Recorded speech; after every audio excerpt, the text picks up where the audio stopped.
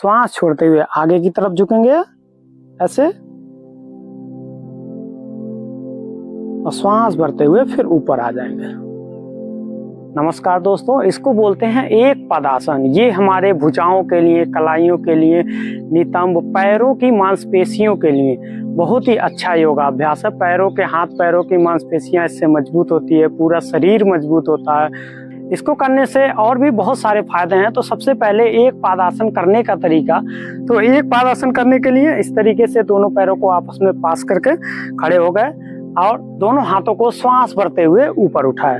अब हाथों को आप सामने से भी उठा सकते हैं और इस तरीके से पार्श्व भाग से भी उठा सकते हैं। श्वास भरते हुए हाथों को ऊपर उठाया, दोनों हाथों को आप इस तरीके से क्लैंप भी कर सकते हैं और दोनों हाथों को इस तरीके से आप प्रणाम मुद्रा में भी रख सकते हैं। अगर आप थोड़ा सा बैलेंस बना ले रहे हैं तो आप इस तरीके से प्रणाम मुद्रा में भी करके कर सकते हैं। तो सबसे पहले दोनों हाथों को इस तरीके से क्लैंप किया और इसके बाद श्वास छोड़ते हुए आगे की तरफ झुकेंगे, श्वास छोड़ते हुए आगे की तरफ, और बायां पैर, लेफ्ट पैर इस तरीके से पीछे जाएगा शरीर के समांतर। देखिए इसमें हमारा सर, पीठ और बायां पैर एक समांतर हो गया, दाहिना पैर पूरा लंबवत हो गया।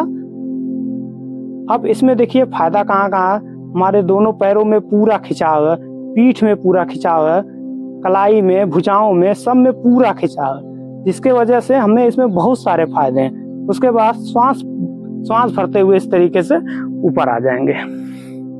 सेम अब इसी तरीके से बाएं पैर से दोहराएंगे। तो दोनों हाथों को श्वास भरते हुए ऊपर उठाया, हाथों को क्लैंप किया और श्वास छोड़ते हुए इस तरीके से अपने नितंब से आगे की ओर झुकेंगे। देखिए ऐसे श्वास छोड़ते हुए जितना झुक सकें अपने शरीर के क्षमता के अनुसार कोशिश करें कि पूरा शरीर एक जो है लंबवत हो जाए, अपने पैर के लंबवत हो जाए।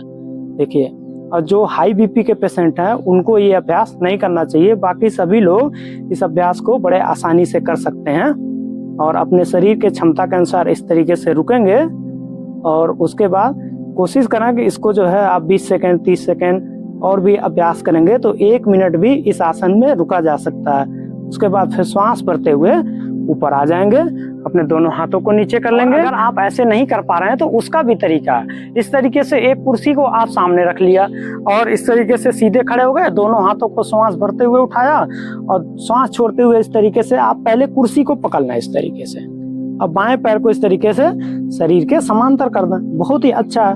जब धीरे धीरे प्रैक्टिस में आ जाएगा तो आपकी कुर्सी हट जाएगी। इस तरीके से देखिए, जो बूढ़े पुराने लोग हैं जिनके शरीर में इतनी क्षमता नहीं है, जिनकी उम्र जो है 40, 45, 50 हो गई है, वो इस तरीके से अगर कुर्सी के साथ भी करते हैं तो फायदे सेम है, कोई दिक्कत नहीं है। आप बस थोड़ा सा बैलेंस नहीं बना पा रहे हैं, बाकी शरीर की अंतिम स्थिति तो वही है। इस तरीके से आप कुर्सी पे कर सकते हैं। उसके बाद पहले पैरों को नीचे करना और श्वास भरते हुए इस तरीके से ऊपर आ जाए। इसी तरीके से बाएं पैर से करना। बाएं पैर से करने के लिए श्वास भरते हुए हाथ को ऊपर उठाया और पहले कुर्सी को इस तरीके से पकड़ लिया और दाहिने पैर को इस तरीके से पीछे कर दिया, शरीर के समांतर कर दिया, कुर्सी का सहारा लिए रहेंगे। देखिए कितना अच्छा। हर चीज का कोई ना कोई सॉल्यूशन जरूर रहता है। हर योगा में, हर आसन में आप किसी तरीके से कर सकते हैं, बस आपको प्रयास करने की जरूरत है। अगर आप इस तरीके से कुर्सी से भी करते हैं तो कोई दिक्कत नहीं है, सेम फायदे हैं इसके। देखिए इस तरीके से। उसके बाद पैरों को नीचे किया और श्वास भरते हुए फिर ऊपर आ गए। इस तरीके से आप जो है 10 दिन 15 दिन जब लगातार कुर्सी के सहारे करेंगे, फिर आप धीरे धीरे देखेंगे कि आप बिना कुर्सी के भी कर लेंगे। बिना कुर्सी के भी आप इस तरीके से दोनों पैर को सीधा किया, दोनों हाथ को श्वास भरते हुए ऊपर उठाया, क्लैंप किया। अगर आप थोड़ा सा जो है अच्छा कर ले रहे हैं तो आप इस तरीके से हाथों को प्रणाम मुद्रा में भी कर सकते हैं। श्वास छोड़ते हुए इस तरीके से आगे जाएंगे। देखिए इस तरीके से, देखिए प्रणाम मुद्रा में भी कर सकते हैं। बस हाथों को अगर क्लैंप करते हैं तो थोड़ा सा और सपोर्ट मिल जाता है शरीर को बैलेंस बनाने के लिए। इसके बाद फिर श्वास भरते हुए ऊपर आ जाएंगे। इसी तरीके से बाएं पैर से कर लेंगे, श्वास छोड़ते हुए नीचे जाएंगे। देखिए ऐसे अपने शरीर के क्षमता के अनुसार ही रुका है इस तरीके से, और फिर श्वास भरते हुए ऊपर आ जाएंगे।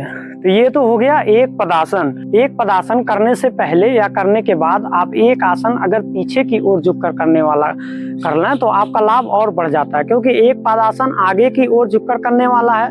तो आप इसको करने के बाद एक आसन पीछे की ओर झुककर कोई भी आसन आप जो है जैसे भुजंगासन हुआ, या अगर खड़े होके ही कर रहे हैं तो हस्त उत्तान आसन हो गया। कोई भी एक आसन पीछे की ओर झुकने वाले अगर हम कर लें तो और ज्यादा लाभ बढ़ जाता है। तो एक पदासन करने के बाद एक आसन पीछे की ओर झुककर करने वाले। इस तरीके से दोनों हाथों को श्वास भरते हुए उठाते हैं और श्वास भरते हुए इस तरीके से अभी हम हस्त उत्तान आसन करेंगे। हस्त उत्तान आसन पीछे की ओर झुकने वाला आसन, श्वास भरते हुए इस तरीके से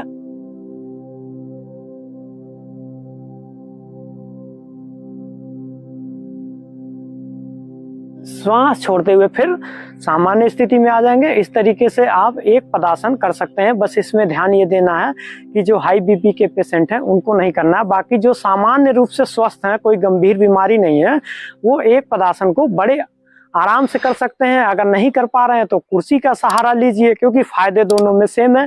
खड़े होकर आसनों की श्रृंखला में जरूर रखें।